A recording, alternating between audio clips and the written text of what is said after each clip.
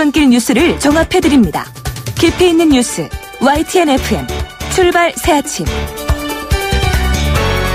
제가 2부 마지막 순서에도 말씀을 드렸습니다만 오늘 날씨 진짜 겨울을 실감할 수 있는 그런 날씨입니다. 하지만 주말인 내일은 오늘보다는 조금 풀린다고 하는데요. 지금 날씨만 영하권이 아니라 한반도의 정세도 영하권입니다. 그래서 지금의 기온이 더욱더 춥게 느껴질 수밖에 없는데요.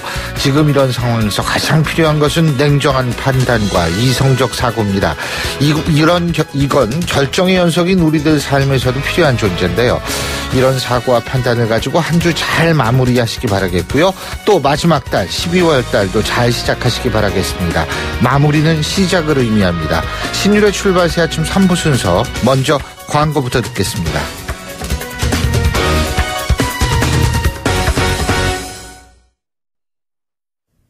YTN 라디오 신율의 출발 새 아침.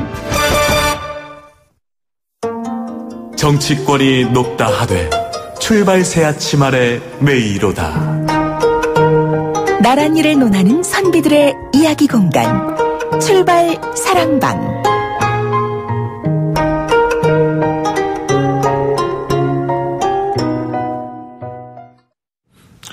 예, 한 주간 정치권 정리해보는 순서입니다.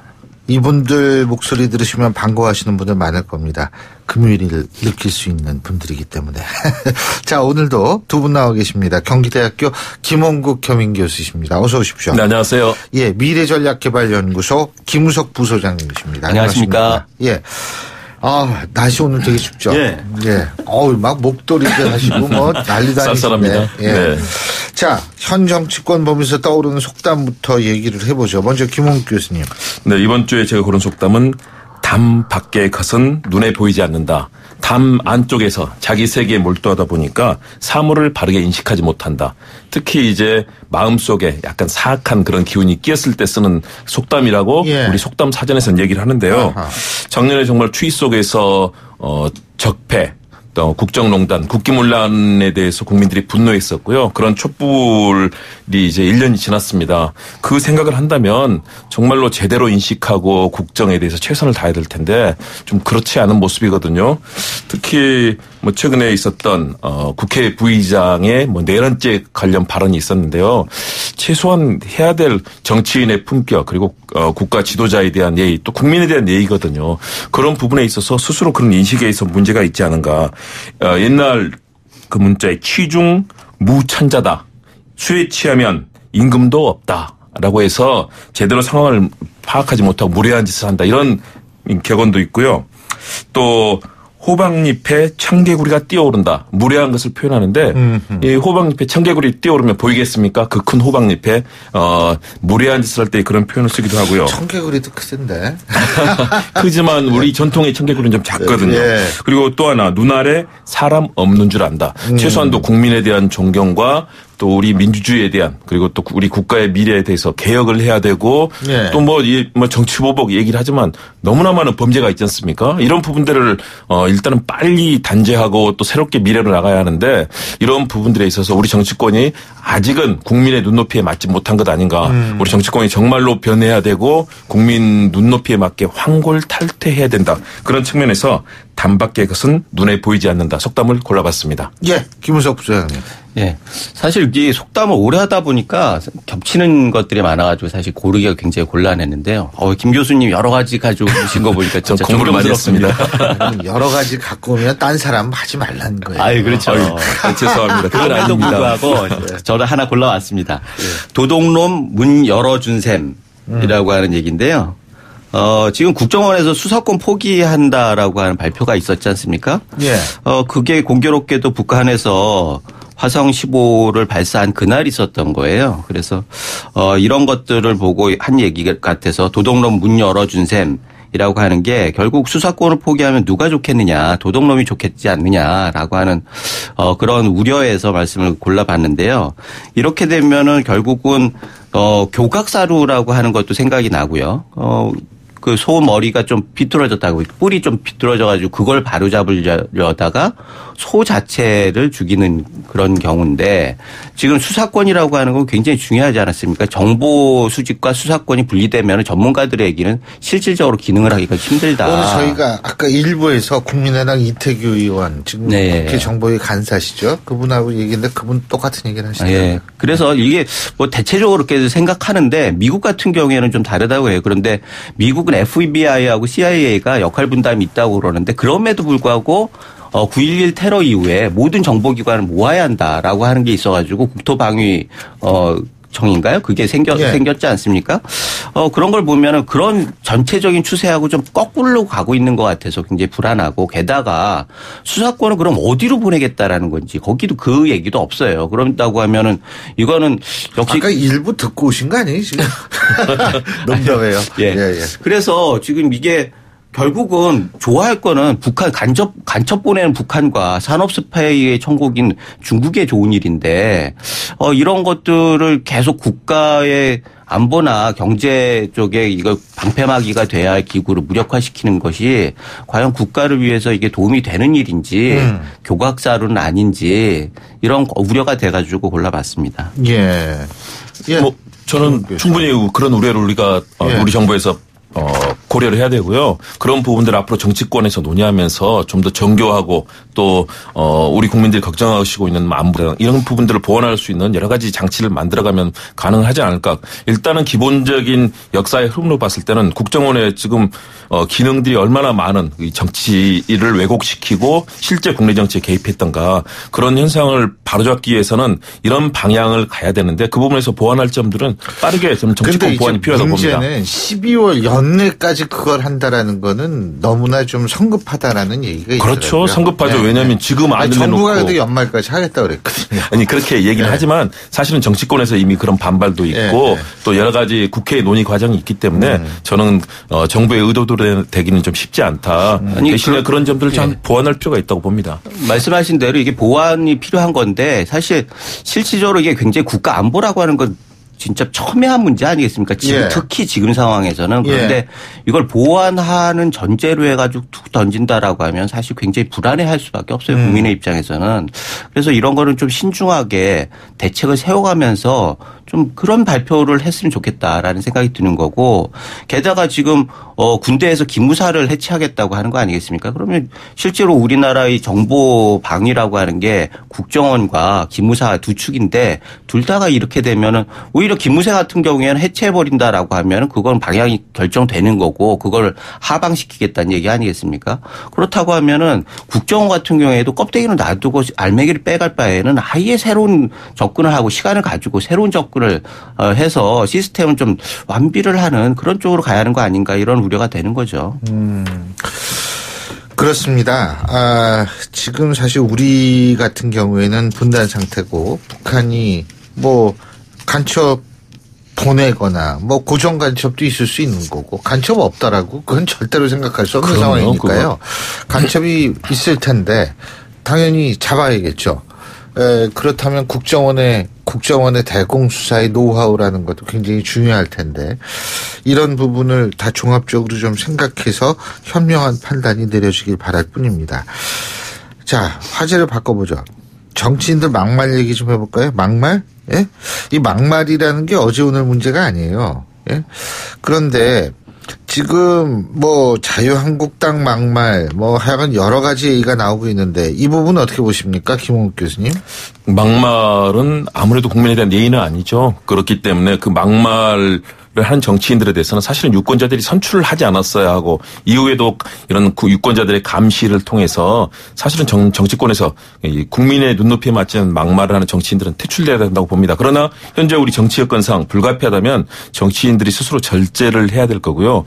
뭐 막말은 여야를 막론하고 특히 많고요. 특히 이번에 이제 막말이 대표적인 대상이 됐던 분이 심재철 국회 부의장의 발언 아니겠습니까? 네.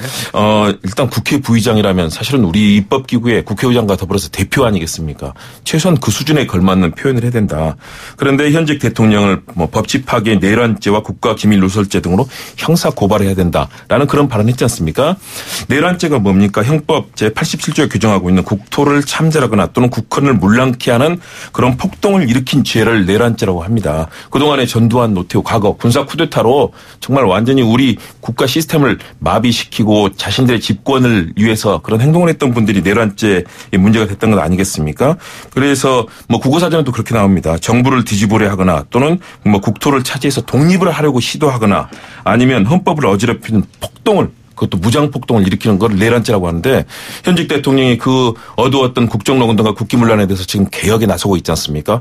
국민들이 뭐 지지율 보면 70에서 80%대 오가는 정말 높은 지지를 보내면서 제대로 이 정부가 개혁해서 과거에 그런 뭐 국정원이 지금 국정원이 왜 문제가 됐겠습니까? 과거에 국내 정치에 개입하고 야당을 공격하고 여당 내도 이간질시키고 그런 더군다나 우리 국가의 세금을 완전히 그런 그 범죄에 사용했던 그런 부분 때문에 지금 개혁의 요구가 있는 것 아니겠습니까? 그런데 여기에 현직 대통령 그런 개혁을 추진하고 있는 대통령을 내란죄 뭐 국가기밀 누설죄로 형사고발해야 된다. 스스로 반성하고 그동안에 있었던 적폐에 대해서 정말로 이 침통한 마음으로 우리 국민께 사죄하고 반성해야 될 정치권이 이런 말들을 하고 있는 것. 저는 아주 거친 막말도 이 문제지만 이렇게 최소한도 우리 국가의 헌법과 또 법률 체계까지도 왜곡시킨 이런 발언들 이런 부분에 있어서는 너무나 실망스럽고 국회 부의장이라는 직책이 굉장히 무거운 자리거든요. 그런 부분에서 너무나 아쉽고 안타깝고 좀 지금이라도 좀 국민들께 사죄하고 반성해야 되지 않나 좀 예. 안타까운 마음입니다. 예, 김은석 부사장님. 맞습니다. 말씀하시는 게 맞죠. 사실은 그 국회 부의장이라고 하는 직위에서 할 수 있는 말은 아닌 것 같고요. 그게 좀 심했다라는 생각이 들지만 결국 정부 여당에서 이걸 어떻게 받아들이고 어떻게 대응하느냐가 굉장히 중요해요. 지금 사실은 성공한 정부를 만들어야 할 그 의무가 있는 정부 여당에서 이거를 발끈할 것이라기보다는 좀 반성하고 타산지석에 그 교훈으로 좀 삼고 이런 노력이 필요한데 지금은 그런 것 같지는 않아요. 그런데 이 발언 자체도 사실은 진영에 따라서 평가가 굉장히 많이 다르지 않습니까? 지금 우리나라가 양쪽으로 완전히 극단화되고 쪼개져 있는데 이런 부분들에 대해서 얘기하는 사람이야 그렇지만 그거는 여론에서 뭐 당연히 비판을 하겠죠. 그런데 그거를 받아들여 가지고 승화해서 국가 발전에 동력으로 삼아야 할 여당이나 정부에서 과연 이걸 어떻게 받아들이고 있느냐 이런 부분들에 대해서 생각을 안 할 수가 없고 사실 과거에 보면은 지금 여당에서도 굉장히 막말들이 많았어요. 예를 들자면 사드 반대 그 집회 와가지고 국회의원들이 노래 부르면서 한 얘기들 그건 진짜 국회의원들로 있을 수 없는 얘기들을 하는 거 아니겠요. 무슨 전자파에 뭐 이런 얘기들이요. 이런 것들에 대해서 진솔한 사과나 반성이 없는 상태에서 지금 야당에서 한 얘기를 가지고 또 문제 삼아가지고 이렇게 하는 부분들에 대해서는 사실 굉장히 불안감을 느낄 수밖에 없는 거고 이런 것들이 전형적인 내로남불이죠. 그래서 양쪽 다 막말을 안 하는 것들이 정답이지만 결국은 막말이 안 나오도록 하는 책임은 종국적으로 정부 여당에 있는 거 아니겠습니까? 그래서 이런 부분들에 대해서는 발끈할 게 아니라 이런 상황이 안 나올 수 있도록 어떻게 교훈을 삼을지 이런 부분들에 대해서 진짜 깊은 고민이 필요한 거 아닌가라는 생각이 듭니다. 저는 뭐 그런 기본적인 전제에 대해서는 찬성을 합니다. 정치권 여야 할 것 없이 막말이라든가 또 거친 공방에 대해서는 반성하고 국민 눈높이에 맞는 정치를 해야 되지만 지금의 상황은 이건 내로남불은 아니라고 봅니다. 최소한도 지켜야 될 국민에 대한 예의 또 국가 지도자에 대해서 사실은 이게 궤변 아니겠습니까? 어떻게 현직 대통령이 하고 있는 다양한 국가 개혁을 위한 조치들을 이것을 내란죄 뭐 이런 얘기로 지금 선동하는 그런 얘기인데 실제로 과거에 뭐 소피스트들이 말도 안 되는 얘기를 갖다가 논법에 의해서 갖다 붙이면서 나오는 상황들 저는 소피스트들은 플라톤에 의해서 평가가 된 거를 말씀하시는데 소피스트들 자체에 대해서는 지금 굉장히 높게 평가하는 그렇죠. 그 부분은 네, 저는 이제 궤변 쪽에 지금 초점을 두고 말씀드린 거고요. 뭐 신 교수님이 또 아주 사려 있게 짚어주셨는데 근데 왜냐하면 이런 발언들이 최소한도 예를 들어서 뭐 일반 의원들이 뭐 공세적인 차원에서 했다 그러면은 아마 그 부분에 대해서 좀 다르게 느낄 겁니다. 그런데 국회 부의장 사실은 뭐 그 정당을 대표해서 지금 국회에서 최고위직에 있는 분 아니겠습니까? 그렇다면 이런 발언들이 가지고 올 수 있는 국민들에게 야 정말 과거에 그런 국정농단에 사실은 국정농단의 주 정당 아니었습니까? 그렇다면 정말로 거기에 대해서 국민들께 반성하고 이런 일이 없도록 하기 위해서 노력해야 되는데 도리어 이런 개혁 작업에 대해서 내란죄 당장 들었을 때도 황당하지 않습니까? 내란죄라는 건 정말로 이 국가 쿠데타라든가 아니면 정말 우리 국가를 네. 뭐 외국에 뭐 정말 팔아넘기거나 아니면 무정폭동을 일으킨 거를 실제 또 법률상도 그렇게 규정이 돼 있거든요. 예. 이런 일은 일반적인 일과는 좀 수위가 다르다. 물론 일반적인 그런 잘못된 막말이나 이런 부분에 있어서는 여당도 야당도 다 같이 뭐 반성할 부분이 있겠지만 이런 사안은 할 필요도 없는 일을 만들어서 우리 국민들께 참 혼란과 또 갈등을 불러일으키는 발언이기 때문에 본인 사실은 저는 이런 사안들을 할 분들이 과연 정치인할 자격이 있나 이런 생각까지 국민들이 하실 거라고 봅니다. 예. 그런 측면에서 좀 진솔한 사과와 반성이 필요한 부분이지 너 이랬으니까 나 이렇다. 과거의 차례로 들기에는 너무나 사안이 크다라고 봅니다. 자격 말씀을 하시면은 사실 지금 국회의원들 중에서 정치할 자격 있는 사람이 몇 명이나 되겠습니까? 사실 이게 자꾸 문제가 되는 사람들을 포커스를 하니까 이게 문제가 되는데 지금 말씀하셨듯이 국가개혁에 대해서 열심히 하고 있는데 왜 내란죄냐라고 하는 거는 그쪽 진영분들의 얘기예요. 다른 진영분들은 국가개혁이라고 하는 대의에는 찬성하지만 지금 방향과 방법이 달랐다는 거 아닙니까? 그래서 그런 부분들에 대해서 지적하는 것이고 사실 국가 원수에 대해서 예의를 하자면은 지난 정부에서 대통령 귀태라고 얘기했던 사람들도 있어요. 그런 걸 보면은 지금은 과거의 잘못을 따지기보다는 어차피 이게 지금의 진영 논리 극단화되는 걸 어떻게 통합을 해가지고 미래로 나갈 것이냐라고 하는데 초점을 맞춰야 한다라는 거죠. 그래서 지금 여기에 대해서 논쟁을 하고 있을 지금 우리 상황이 아니잖아요. 사실은 이런 부분들은 여론에서 판단을 해라. 선거 때 판단을 해라. 이렇게 해가지고 좀 넘어가고 그다음에 이런 얘기를 왜 나왔을까를 그걸 찾아가지고 국가 발전의 동력을 삼고 방향을 잡고 이런 데 도움이 돼야 하는데 그런 것들이 없는 것이 너무나 아쉽다라는 거죠. 저는 과거에 대한 기본적인 청산에 대해서 이 부분을 뭐 정치보복으로 뭐 본다거나 또는 이 사안을 동일시 놓고 보는 것은 사실은 지금 상황에 맞지는 않다고 봅니다. 그리고 과거에 귀태 발언 얘기 있었지만 사실은 그 이후에 드러난 상황이 어땠습니까? 지금 그런 행동을 했던 과거의 국가 지도자가 지금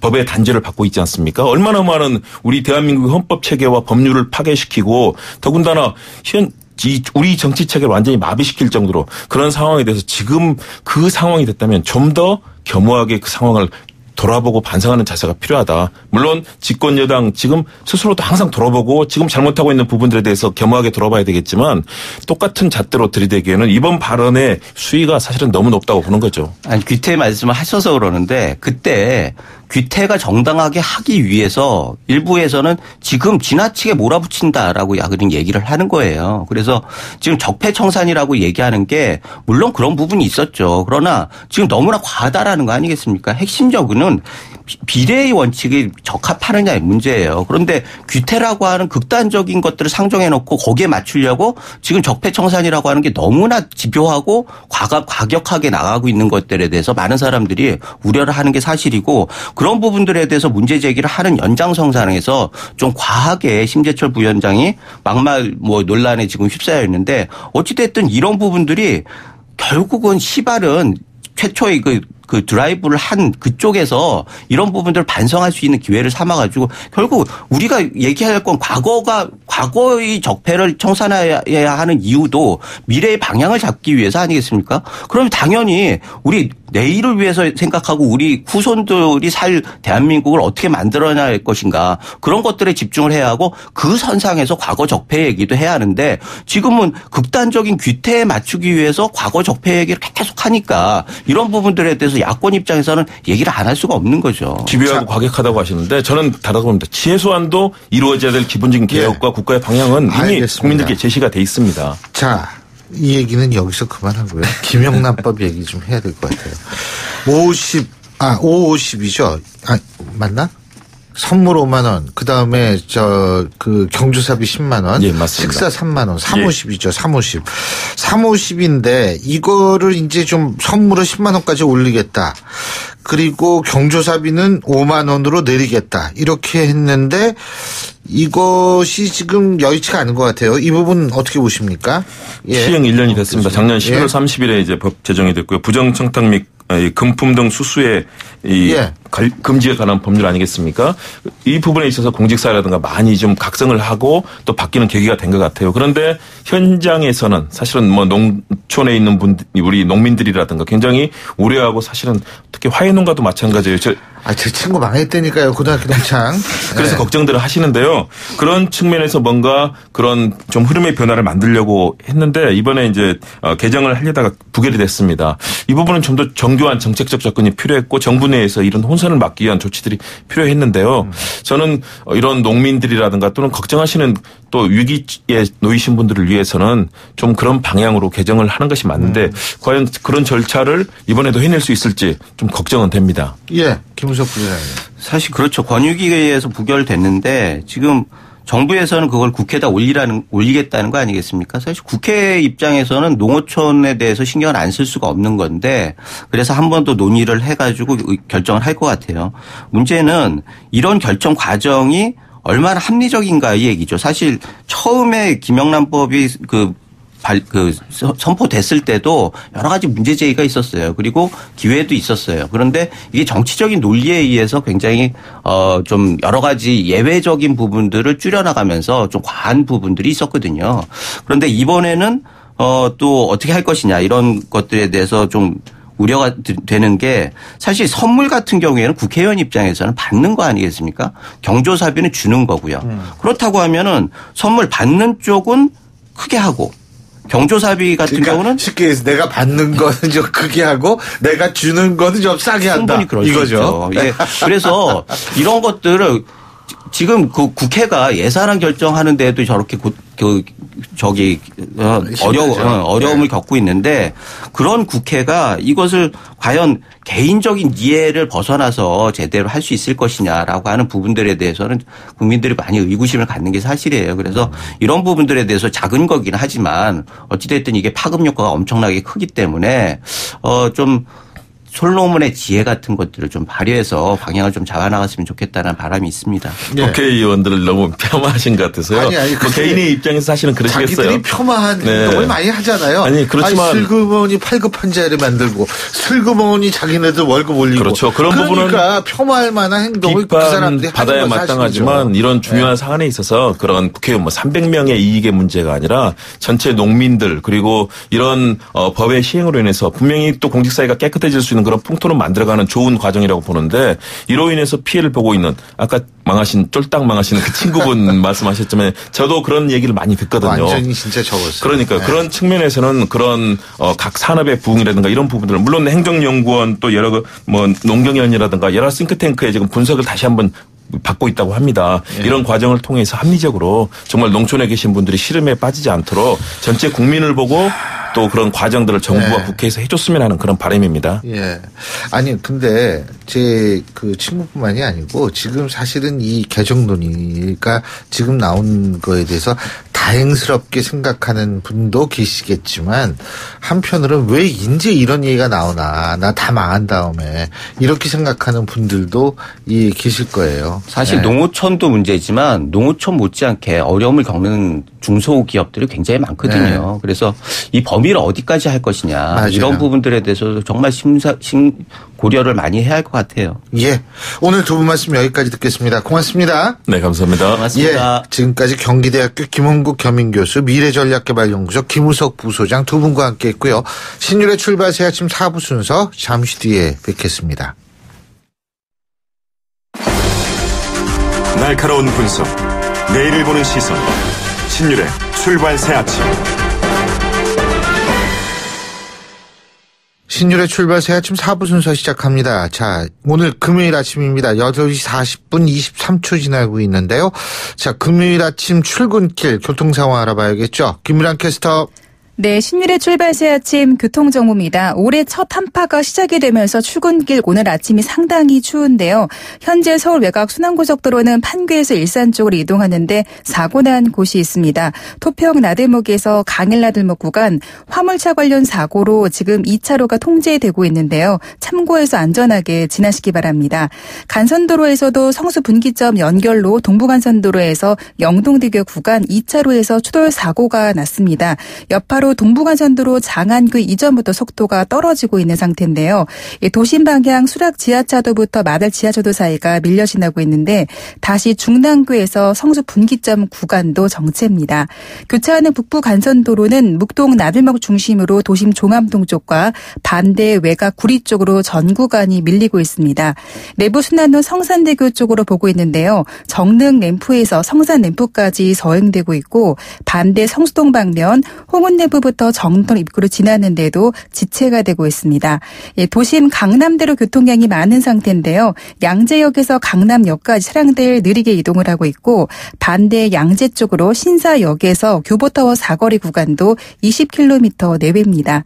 신율의 출발 새 아침 교통정보였습니다. YTN 라디오 신율의 출발 새 아침.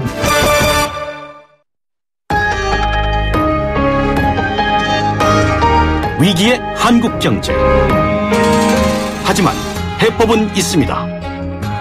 우리 경제에 또 다른 도약을 준비하는 코너. 출발 새 아침 경제 빅 이슈.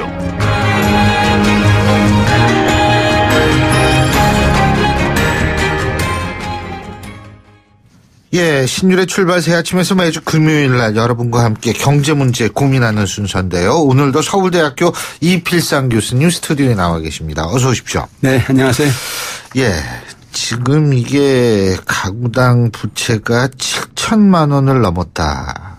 이거 너무 빠르게 증가하는 거 아닌가 이런 목소리가 많더라고요. 예, 맞습니다. 감당이 안 될 정도로 빠르게 증가하고 있는데요.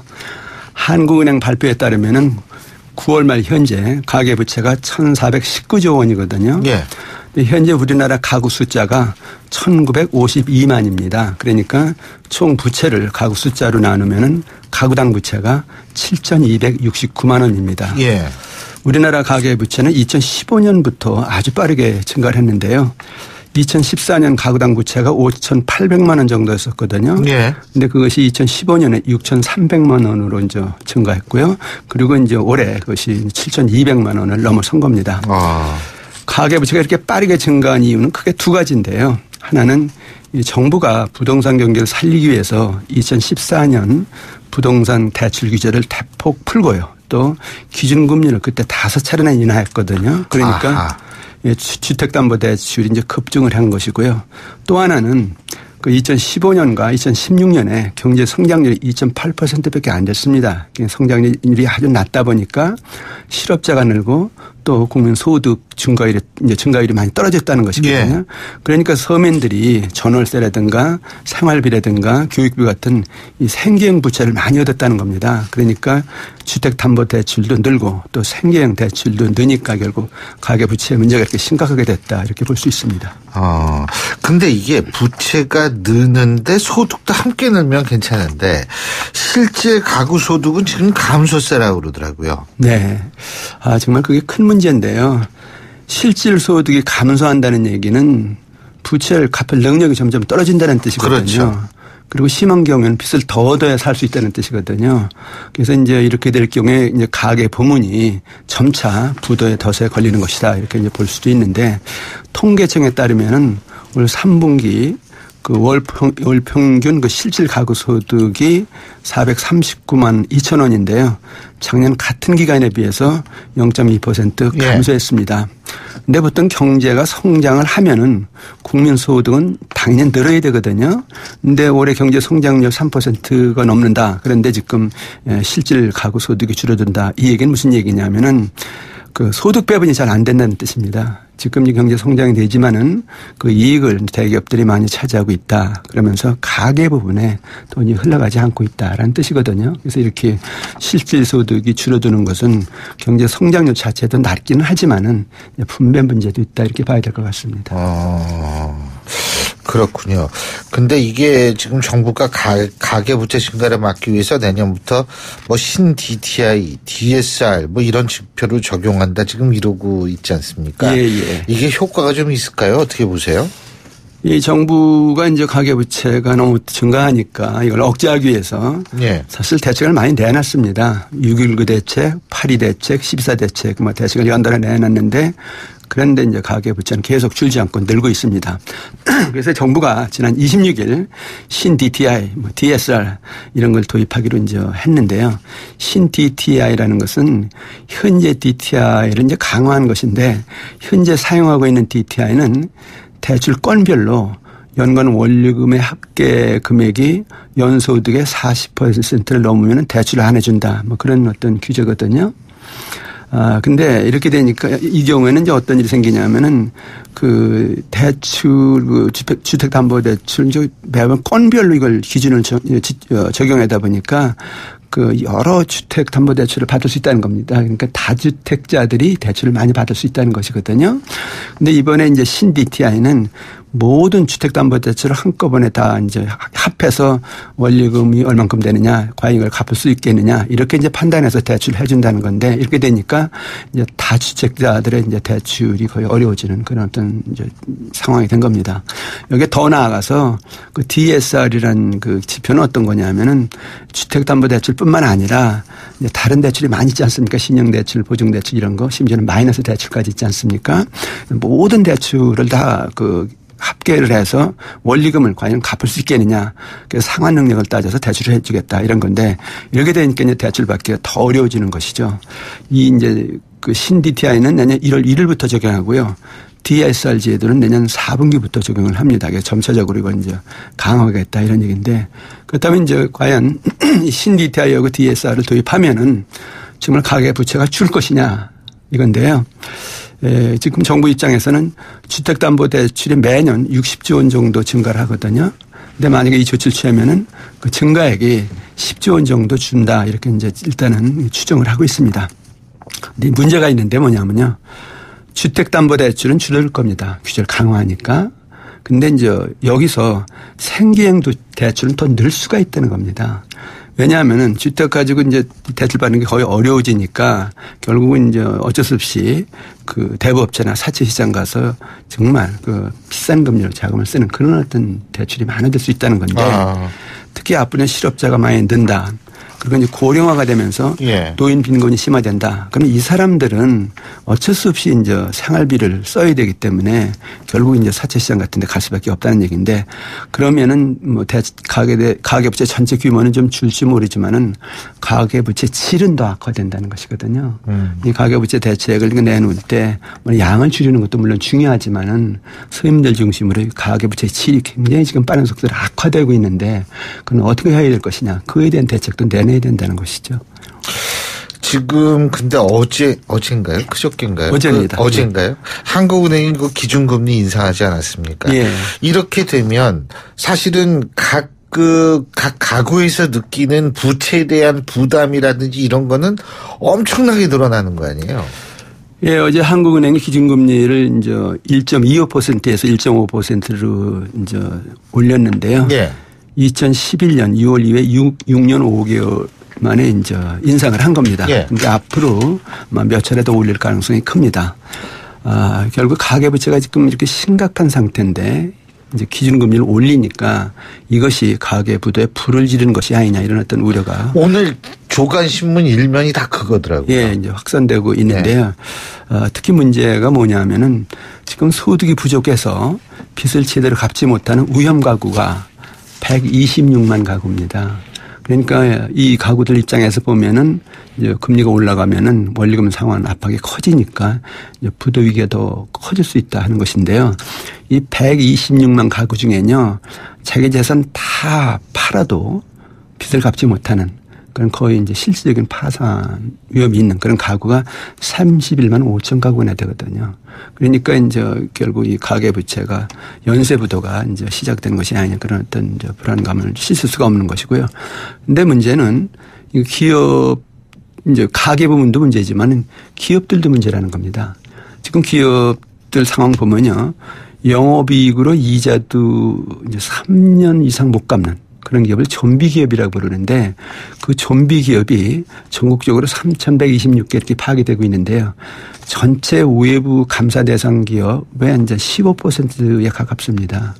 그러니까 만약 금리가 오르면은 이 기업들이 이제 부채 상환 압박을 못 이기고 줄줄이 이제 쓰러질 수 있다는 얘기인데 그러면 가계 부분만 연쇄 부도가 나는 것이 아니고 기업 부분도 연쇄 부도가 날 수 있다. 그러면 이제 금리 올리면서 경제가 상당히 어려운 상황으로 가는 것이 아니냐. 그런 어떤 불안감이 확산되고 있는 건 사실입니다. 그런데 총장님 지금 그렇다고 해서 금리를 안 올리면 또 외화가 빠져나갈 거 아닙니까? 금리를 지금 안 올리면 어쩔 수 없이 한국은행은 이제 기준금리를 올릴 수밖에 없었는데 이제 문제가 두 가지입니다. 지금 금리가 싸고 돈이 너무 많이 풀리다 보니까 부동산 이제 거품이 상당히 크다는 거예요. 네. 그리고 또 하나는 이제 금리를 안 올리면 미국은 당연히 금리를 지금 12월에 올릴 건데 우역자본 빠져나가거든요. 그럼 금융시장이 흔들리거든요. 그래서 지금 부동산 시장은 거품이고 우역자본은 빠져나갈 수 있는 이런 상황에서 금리 그냥 안 올리겠다 이렇게 있으면은 더 큰 화를 입을 수 있으니까 어쩔 수 없이 올리는 건데 일단 올리게 되니까 이렇게 또 다른 어떤 문제가 발생하는 거죠. 근데 이게 지금 아까 말씀하셨습니다만 이게 타격이 굉장히 크다 이런 말씀하셨는데 구체적으로 이 서민들은 어떤 타격을 받을 수 있을까요? 아마 지금 이번 금리 인상으로 인해서 집중적으로 타격을 받는 사람들이 서민들입니다. 근데 이 사람들은 이제 가계 부채라는 것이 그래 은행에서 대출 받아서 집 사자 그런 사람이 아니라 당장 전월세 내야 된다. 애들 교육비 내야 된다. 당장 먹고 살아야 된다. 생활비. 이런 사람들이 많다는 것이거든요. 근데 금리가 이렇게 오르고 은행에서 대출 안 해주면 이 사람들은 어디 가서 빚을 얻고 또 빚을 얻어도 금리를 많이 내야 되니까 어떻게 사냐 이런 것이죠. 그래서 이제 서민들 타격이 집중된다 이런 얘기인데 특히 여기서 이제 또 하나 문제가 되는 것이 고령자들입니다. 지금 이제 결국 5, 60대 베이비 부모들이 계속 이제 퇴직을 하고 사회에 나오고 있는데 이 사람들이 노후 준비가 안 돼 있거든요. 근데 이 사람들은 어떻게다가 이제 집 한 채 어떻게 좀 은행돈 얻어서 사가지고 이 임대료 갖고 사는 사람들이 굉장히 많습니다. 근데 이 경우에 지금 이제 대출 억제하고 심지어는 임대업자들한테는 더 강한 기준을 지금 이제 강요하고 있는데 이 사람들이 정말 살 길이 막막하다는 것이죠. 그래서 정말 생활이 어려운 서민들, 노후 대책이 없는 이 고령자들 이번 금리 인상으로 인해서 앞으로 어떻게 살 것이냐 이거에 대해서 그냥 막막한 그런 어떤 이제 느낌이 든다는 것이죠. 그리고 총장님께서 아까 부동산 이게 거품 이런 말씀하셨는데 이거 실제로 금리 올라가면 부동산 시장은 좀 가라앉는 거 아닙니까? 부동산 시장은 거품으로 들떴기 때문에 좀 안정이 돼야 된다. 그런데요, 문제는 이 부동산 시장이 이번 금리 인상의 결과로 만약에 거품이 꺼진다면 그것도 문제라는 겁니다. 한꺼번에 팍 꺼지면. 예. 그래서 이번에 이제 조치가 이제 돈줄을 확실히 줘야겠다 이런 얘기인데 이렇게 되니까 부동산 시장에 세 개의 악재가 겹치고 있습니다. 뭐냐면은 일단 정부가 지금 신DTI, DSR 이런 거 적용해서 대출 옥죄겠다는 것이 첫 번째 악재고요. 두 번째는 금리가 오르니까 인상을 하니까 그렇죠. 결국 상환 압박 또 다른 이제 부동산 악재가 되고 있는 것이고요. 세 번째 악재는 뭐냐면은 4월부터 양도소득세를 중과를 합니다. 그러니까 세금 이제 압박도 온다. 는 거예요. 그럼 부동산 시장은 대출 안 해준다, 금리 올린다, 세금 더 내라 이쯤 되니까 거품 가라앉히는 건 좋은데 이게 한꺼번에 부동산 시장이 무너질 가능성이 있다.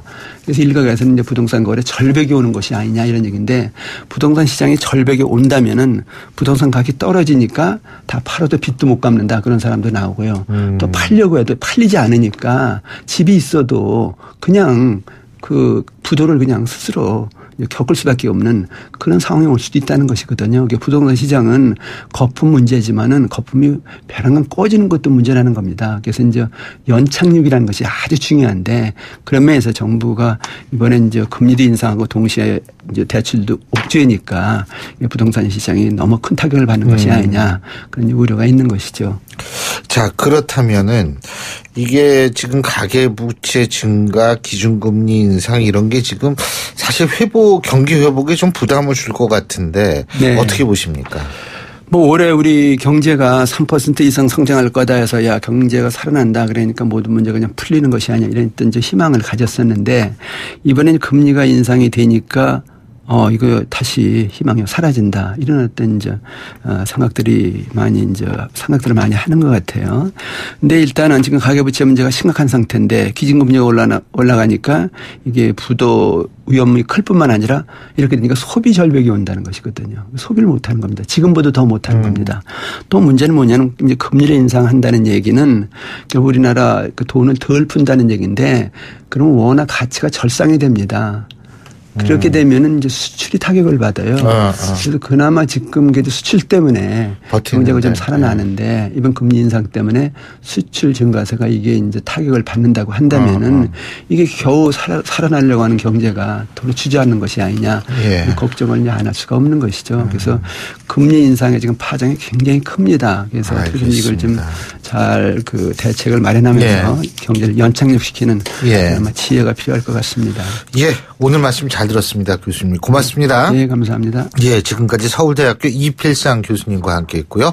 자, 금요일에 보내드린 신율의 출발새 아침 오늘 순서 여기서 모두 줄이겠습니다. 한 주를 마무리하는 날이자 또 새로운 달을 시작하는 달, 그리고 마지막 달을 시작하는 날입니다. 자, 이 마지막 여러분 새로운 출발의 계기 되시기 바라겠고요. 전 월요일 아침 7시 15분에 다시 오겠습니다. 신율이었습니다. 고맙습니다.